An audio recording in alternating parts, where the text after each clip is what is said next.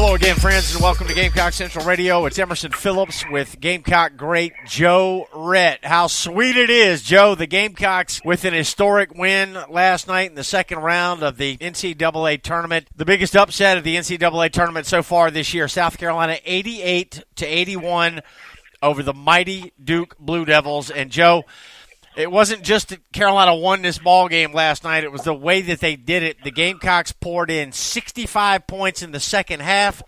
That's the most points ever scored in a single half by a Gamecock basketball team. And it's also the most points ever scored against a Coach K team in a single half. Most points ever allowed by a Mike Krzyzewski ball club. So, Joe, it's one thing to reach the Sweet 16 for the first time in the history of the program, but to beat a marquee program like Duke doesn't get much sweeter than this. Well, it doesn't, man. I feel so privileged and so honored to have the chance to be in the crowd and to witness that last night.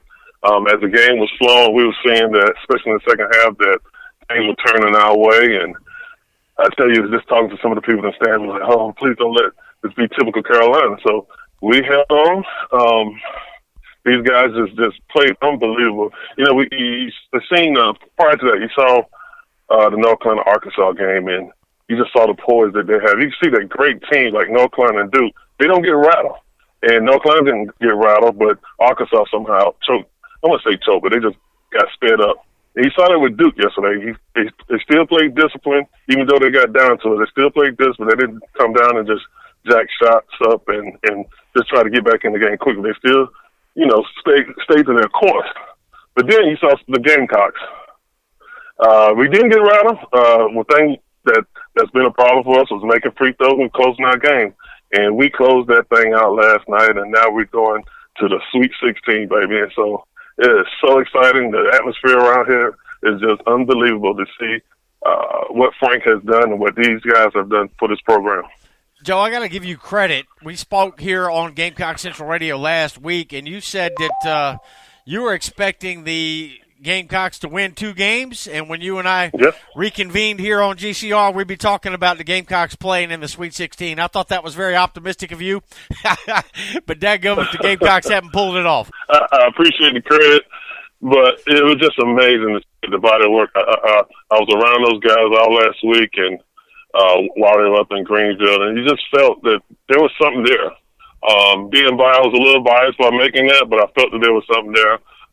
These are 2 teams that they wasn't used to our pressure, and you saw against Marquette on Friday and Duke. Both of those teams came out shooting the ball really, really good, and they were up in the first half, up in the 60% in three-point shooting.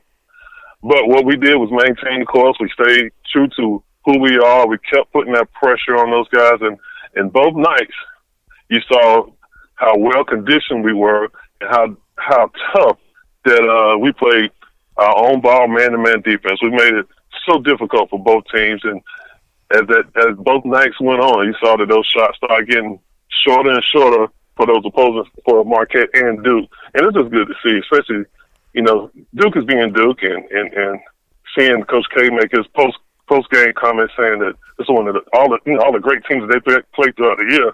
For them to say that playing South Carolina was one of the toughest defensive teams, most aggressive teams that he ever played against, that shows a lot of how great a coach he is, and for him to give us credit means a lot to this program. Tight ball game early on Sunday night at the Bon Secours Wellness Arena in Greenville. Ra Felder hit a 3 at the 12:52 mark of the first half to give the Gamecocks their first lead, 14-13, but then the Gamecocks went more than 5 minutes without scoring a field goal, and Duke took a 21-14 lead. Duke's lead was 7 at halftime. They led by as many as 10 in the ball game. And, Joe, I wanted you to talk about the difference from the first half to the second half. Duke played a zone defense much of the first half, and they forced the Gamecocks to settle for a lot of outside shots. The Gamecocks shot 3 of 17 from 3 in the first half. Joe, South Carolina was 7 of 35 from the floor in the first half. The Gamecocks could not throw it in the ocean in the first half. I mean, Emil Jefferson had 5 block shots. He had a huge ball game defensively, and he played outstanding on both ends of the floor for Duke. But it was evident early on, Joe, that the Gamecocks were just not accustomed to the type of defense that they were going to get from Duke in this second-round game. And in the first half, it really showed up. 7 of 35 shooting in the first half, but the Gamecock defense was equally good. They forced a number of Duke turnovers in that first half, and that helped keep Carolina in the ball game. Yeah, no doubt. When you look at the percentages like you brought up, you would never think that we were still in the game. And a lot of us saying in the stands that, hey, despite how bad we were shooting, we still got a chance.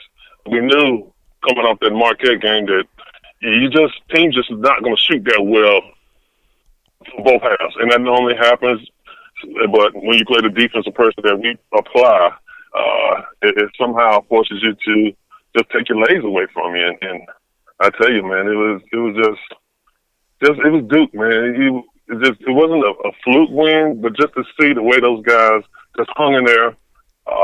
Frank was being Frank. He was so excited. He had a game plan, and to see those guys just stick to the game plan and play that defense and get back into it. They got back in the game, because of the defense. And in the second half, they got some easy baskets, which helped because Duke was turning that ball over a lot toward the end, and because of the turnover, we saw that ball go in the basket. You saw Dwayne Notice come up big, real big, and we knew it's Sendarius. Don't want to sound like a broken record, but we always say this: Sendarius is going to be Sendarius. He's been carrying us. He's been carrying the load, and he got a little help from several guys on this weekend. So the Gamecocks trailed Duke 30-23 at halftime. A miserable first half of shooting, frankly, for South Carolina.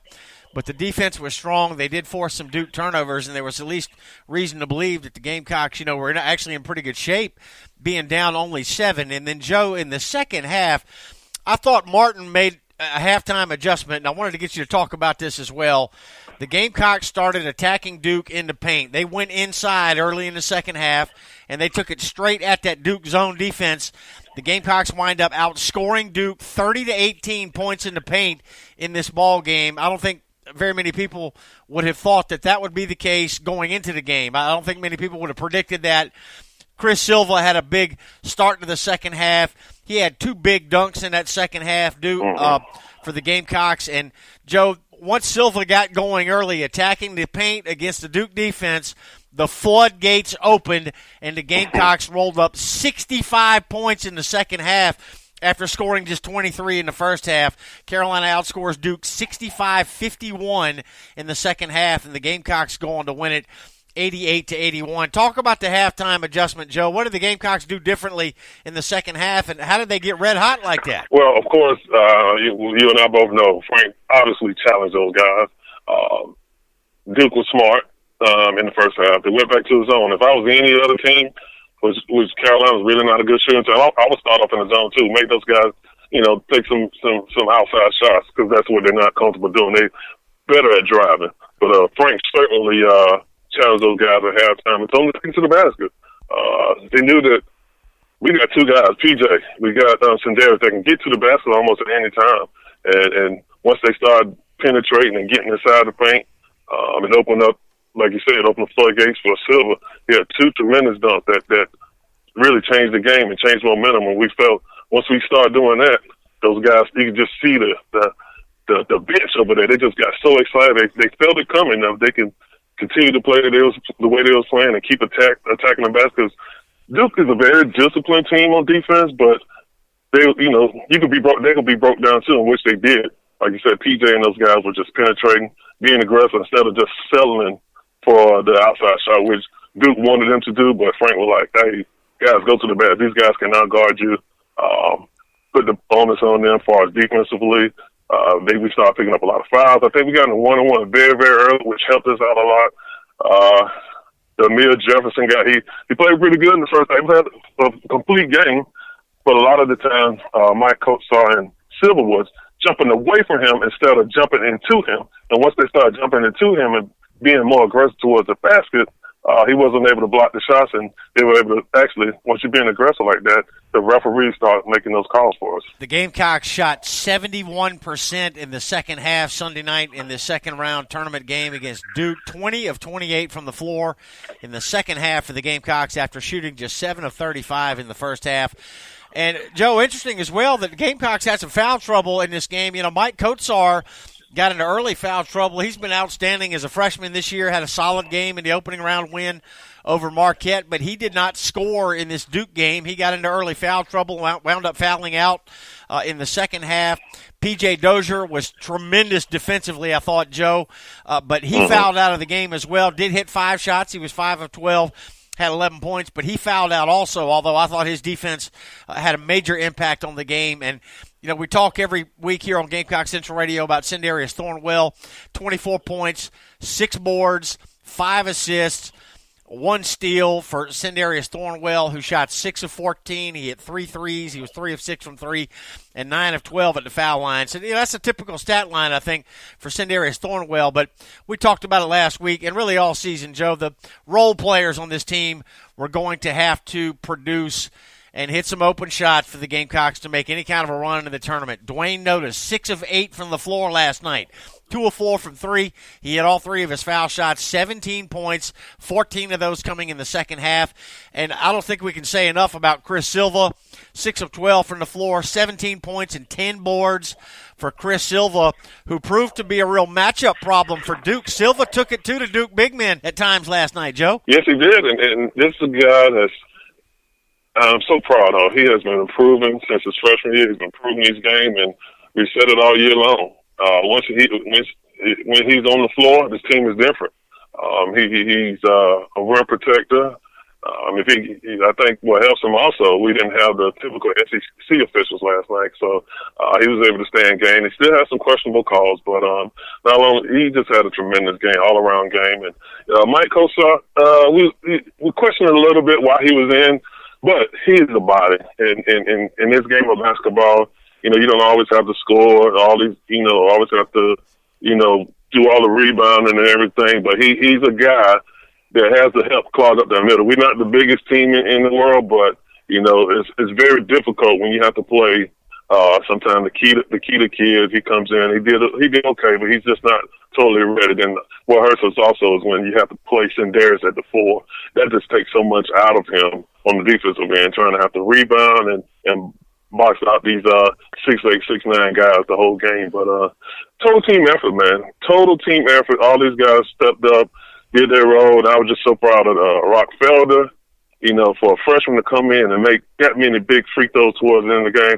I tell you, I was a little worried when PJ, the tough turnover he had, then he foul out the game. I was a little bit worried because Duke put up the pressure and we didn't have a whole lot of ball handlers in there. We had a couple of turnovers at the end, but I tell you, Rock Felder, they played strong. And he for a freshman, I gave he has ice going through his veins. He just stepped up and made these free throws, and that's something that we was a lot worried about throughout the year. Can we finish the game and make free throws? Felder had a solid ball game last night. 15 points, including 2 3-pointers. He was 2 of 5 from the floor and 9 of 10 at the foul line.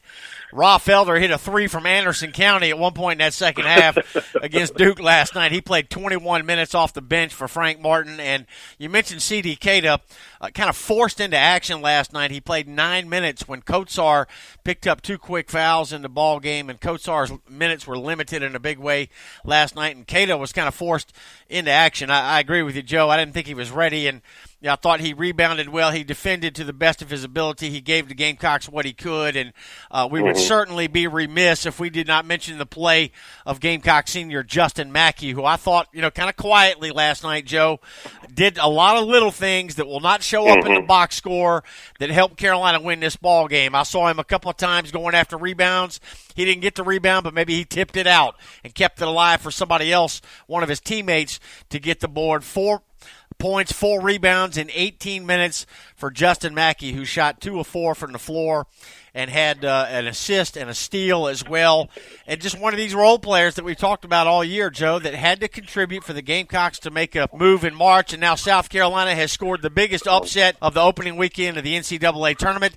And the slipper fits, Joe, headed to Madison Square Garden for the Sweet 16 on Friday. Wow, man, I tell you, coming in, we never thought that. We left in towards the end of the season. Didn't play well in the ACC tournament. So for now, for these guys to get to this point, being a Sweet 16, played a very tough game against Marquette. And I tell you, a lot of us guys that that's in the basketball game, so you've seen in the past. It only takes two guys we got two professionals, two future NBA players, I believe, when you talk about Sindarius Stonewall, because his stock is tremendously rising right now. And PJ Dozier, who we know the NBA has been salivating over him for the past since he's been in high school. And when you got two guys, especially at the guard position, those two guys can always make a run. And then when you get an added addition from your bench and from other players on the team, anything can happen. It's all about matchups. And when you play the tough defense that we've been playing, it always gives ourselves a chance. So defensively, I'm not worried, but hopefully we can get off to a good start. It's been tough.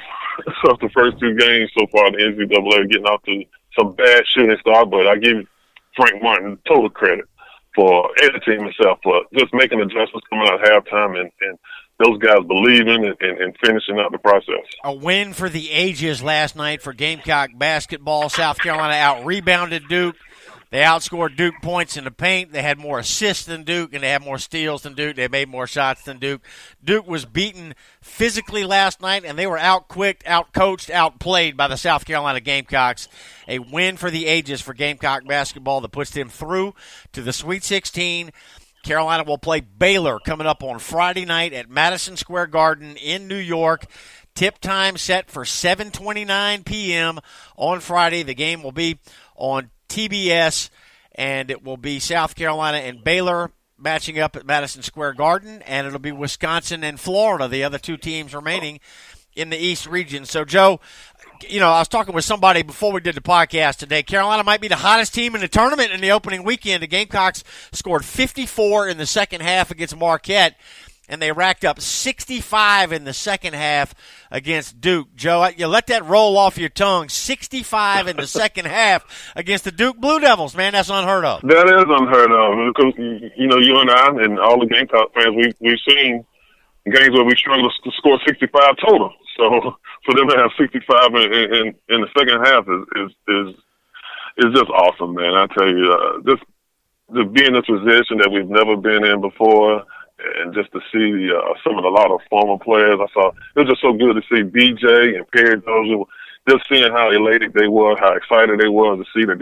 their kids, their sons being a big part of this, and by both of them playing, and couldn't do it at that time when they played, but to see their sons do it and just seeing the elation and the joy that they are both sharing at this moment is just great for the Gamecock family. And, we all are brothers, we all stick together, and it was just an awesome time just being in that atmosphere that I've seen a lot of big wins here in South Carolina, been part of a win when we beat North Carolina back in 1991, and I've seen several years ago when Devin Downey, I think Darren Horn year, when they beat Kentucky when they were number one. That was a tremendous night, but going through it last night, I tell you, it can't even be touched.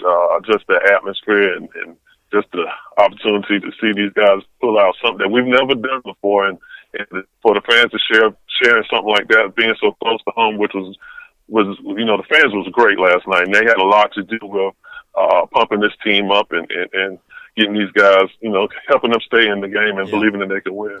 Yeah, the crowd was fantastic, and a lot of energy in the building in Greenville. A lot of North Carolina fans stuck around to watch South Carolina and Duke, and I think all the Tar Heel fans that were there last night were pulling for the Gamecocks as well. So absolutely. Just a really special weekend. Joe, a couple final thoughts here before we wrap it up on Gamecock Central Radio. Mike Krzyzewski was interviewed at halftime going into the locker room, and he said that South Carolina is the best defensive team that Duke had faced all year. And I thought that was ironic because Carolina came out and scored 65 in the second half, and that's the most points ever scored against a Coach K team in a half of basketball. So if he was, telling the truth, if it was a fact that South Carolina was the best defensive team Duke had seen all year, it turns out the Gamecocks were the best offensive team, at least for one half, that Duke had faced all year. It was awfully ironic. It's very ironic because you think about some of the teams that they play throughout. They play all the best teams in the country, not to mention the ACC.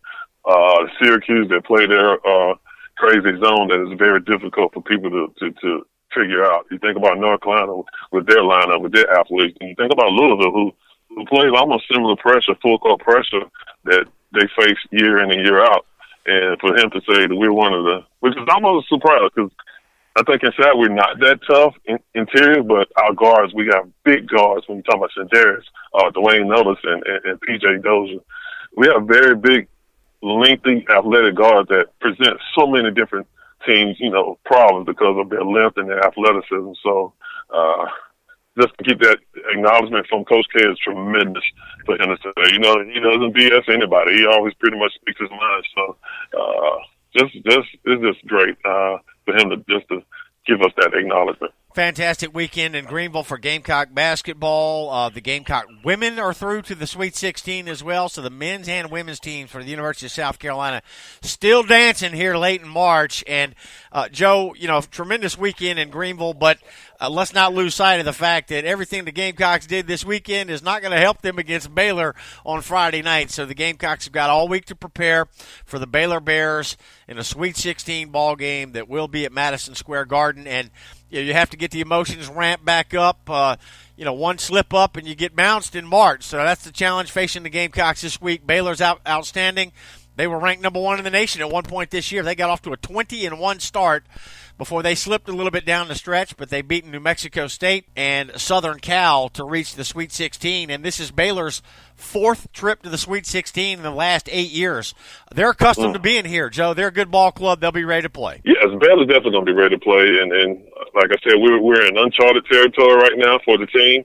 But I really, truly believe that these guys don't want this season to end. They want to keep this thing going. They're going to get a lot of accolades this week. And with Frank Martin, who has been there. He's been through this. So he has been a tremendous leader. He's been preparing his guys. And give all those coaches credit. Whoever has a scouting report for each last team, they've been doing a great job of doing a great scout on them. So Baylor will be ready, but I think we'll be ready as well. So anything can happen. That's why we play the game. I hope every Gamecock fan listening today saw the video of the locker room celebration. Frank Martin and the Gamecocks celebrating.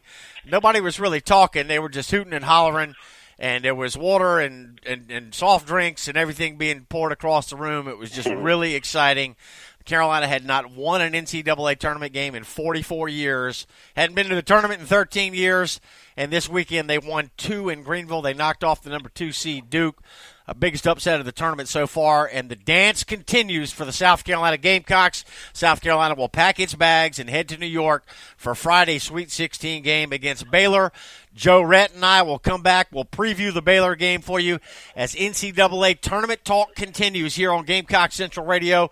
Joe, great stuff today. Very happy for you that you were able to be up in Greenville for these 2 big Carolina wins, and we're looking forward to talking about the Baylor game with you later in the week. Have a great week. You do the same. All right, that's my man Joe Rhett, and I'm Emerson Phillips, and this is Gamecock Central Radio. March Madness here on GCR. Thanks for being with us.